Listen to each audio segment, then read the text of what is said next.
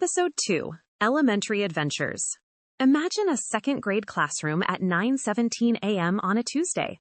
Sunshine skitters across mismatched desks, resting gently on the forehead of Jamal, who is chewing the tip of his brand-new yellow pencil as though it is a microphone broadcasting pure wonder. 24 other 7-year-olds rock in plastic chairs that squeak like famished pigeons. Miss Rowe, still in her Spider-Man socks from Read Comics to Your Teacher Day, raises a paperback above her head as though it is a sacred scroll. The book is The Firework Maker's Daughter. She does not say, turn to page 14, she just begins. Leela had always known that she wanted to make fireworks. Jamal's pencil drops. Silence ripples outward like a skipped stone finding its last ripple. Where will this story land inside these 25 separate universes of 8-petaled dreams and scraped-knee realities? The question is not rhetorical. It is neurological, emotional, narrative, and in this moment, the bright ignition cord between literature and life is burning vivid magenta. This is the ground zero of elementary reading, the phase where children shift from "what does this word say" to "what can this story do for me?" Today's episode moves us squarely into that pivot, the labyrinthine, oxygen-rich years we call elementary. Between about ages 6 and 11, the brain constructs its first durable highways between language and abstract thought, between self and community. Literature introduced at this moment can become either a rusting signpost, dead worksheets, reading logs dialed to joyless minutes, or a jet engine strapped to the undercarriage of imagination. Our task is to make you feel how educators and parents and, yes, the children themselves keep that engine roaring. The science of the second act, 6 to 11-year-olds are in what developmentalists term middle childhood. Myelin, the fatty insulation that speeds neural signals, hits peak fast-track mode. Gray matter prunes, white matter blooms.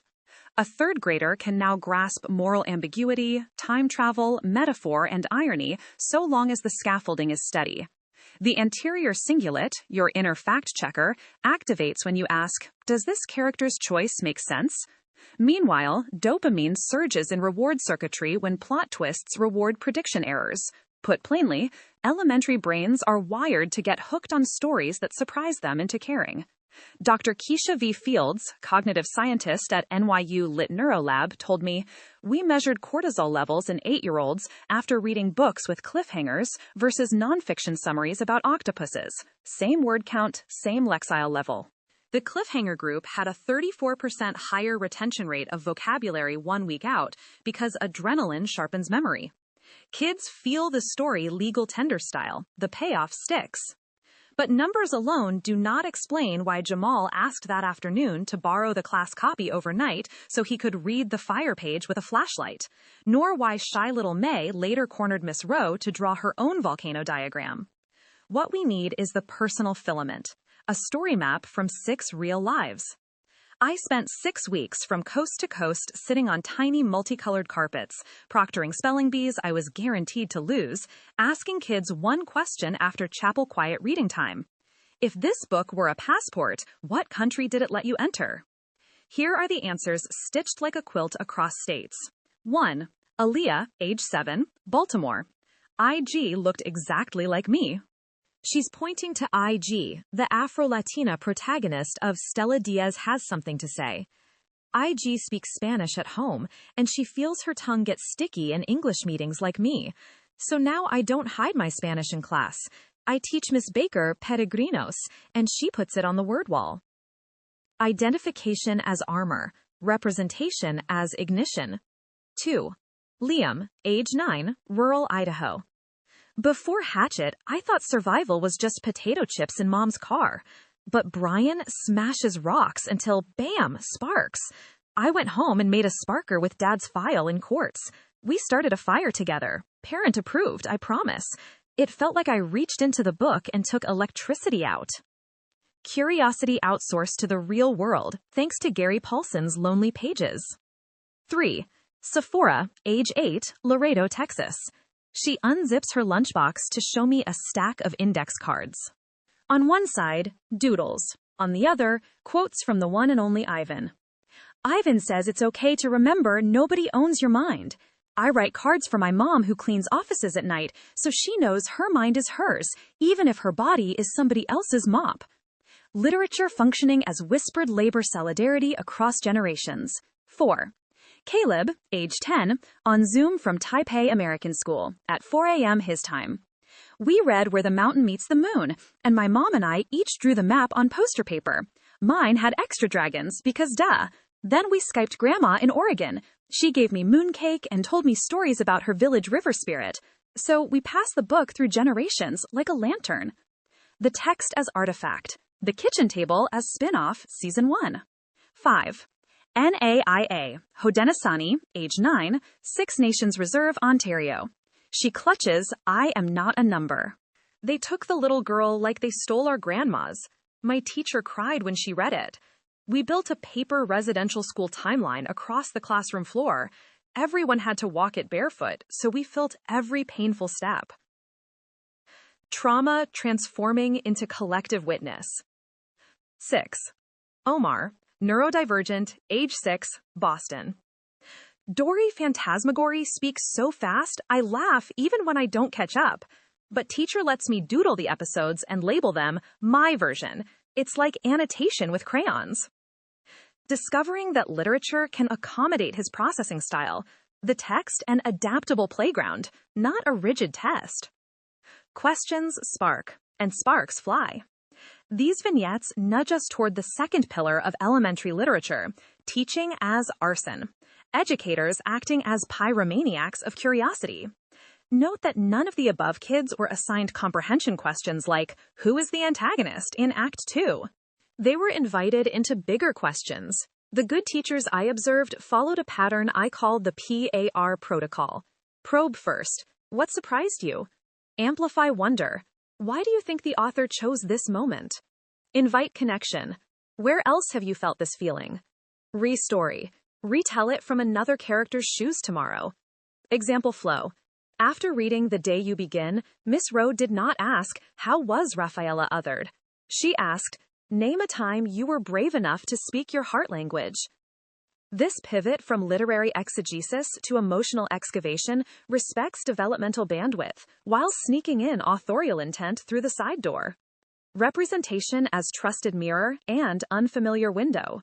In 2019, the Cooperative Children's Book Center found that of 3,717 new U.S. kids' books, only 12% featured Black protagonists, 8.7% Latinx, 1.4% Indigenous. The candle power gap is painfully obvious to literal third graders who count themselves faster than any adult. Enter the own voices wave.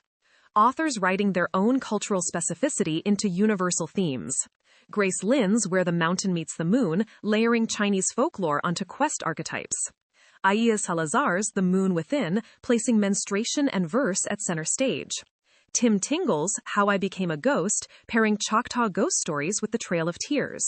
Not token inserts, recalibrated cosmologies.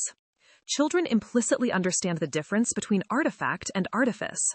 Yet the mirror alone isn't enough.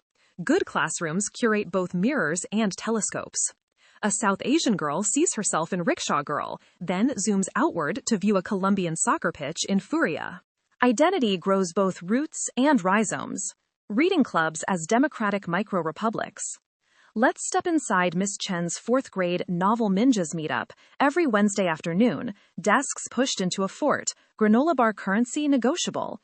She uses a magic formula, 60-20-20.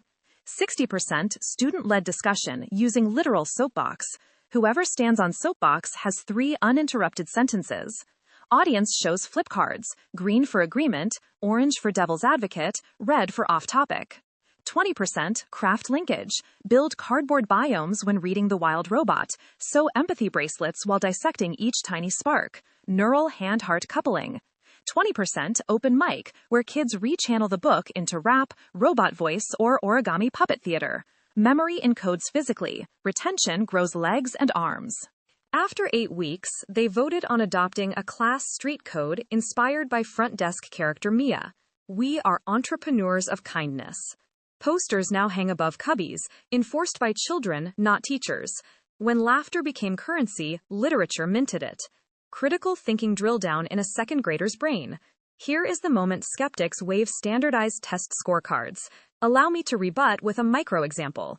While reading The Most Magnificent Thing, 6-year-old Maya noticed the unnamed protagonist never fixes her broken contraption.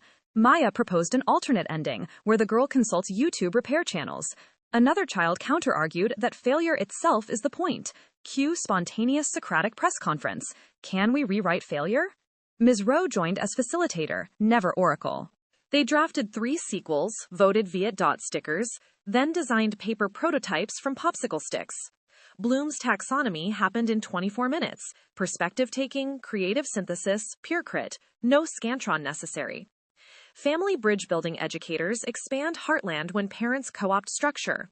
In Logan, Utah, librarian Ms. Padilla hosts reverse story time. Kids read to adults. One grandmother emerged teary after hearing Last Stop on Market Street read by her grandson. He gets it, she said. Cross-generational empathy now fertilized by a 48-page paperback. The role of series in ARC development. My unscientific survey across 9 school libraries reveals that 67% of voluntary recheckouts belong to series. Magic Treehouse, Zoe and Sassafras, Investigators. Series offer the Netflix binge effect. Same characters, deepening complexity, emerging scaffolds of inference. A second grader who reads Book 8 already harbors internal databases about Jack and Annie's travelogue. Each new volume is attended by sirens of prior knowledge. Series also normalize cliffhangers, emotional dress rehearsal for later tolerance of novel ambiguity. Quick toolkit for parents and educators. Stamina ladders. Begin with 100-word pages, escalate by 20% increments, like RPG leveling up. Double entry journals. Left column, quote. Right column, question or sketch. No wrong answers. Book tastings. Rotate 5 books, 5 minutes each, speed date style. Then pick one, second date. Living glossary. Kids act out new words physically. Bellow, gargantuan. Embodied semantics, triple retention. Side quests. Map protagonists' journeys onto Google Earth. Calculate miles traveled by dragon versus bike. Cross-curricular stealth. Closing circle back in Miss Rowe's classroom, at 2:49 p.m., 25 minds walk out wielding sheaves of yellow legal paper folded into pirate hats, miniature theaters, and cootie catchers predicting whose volcano will blow. Jamal races over to return the firework maker copy, now creased at the exact moment Lila screams her first rocket whoosh into the sky. He whispers, "Next year, I want to make fireworks that only explode into books." Miss Rowe pockets the novel like a prophecy and thinks, yes, this is exactly what stories were built for, fuses in search of children. Listen carefully to any school hallway between bells and you will hear the afterburn. Debates about whether Island of the Blue Dolphins counts as historical fiction. Playground retellings of Percy Jackson demigod dreams. Lunchbox haikus, scribbled from Naomi Shihab Nye. From 6 to 11, literature stops being read to them and starts becoming read with them. It is not the era of full autonomy, that arrives later. It is the golden season wherein we become their Sherpa up Meredith Everest, pointing out portals, cracks, moongate holes they can someday fly solo through. Your assignment, should you choose to accept it, is to be the lantern before it is the light.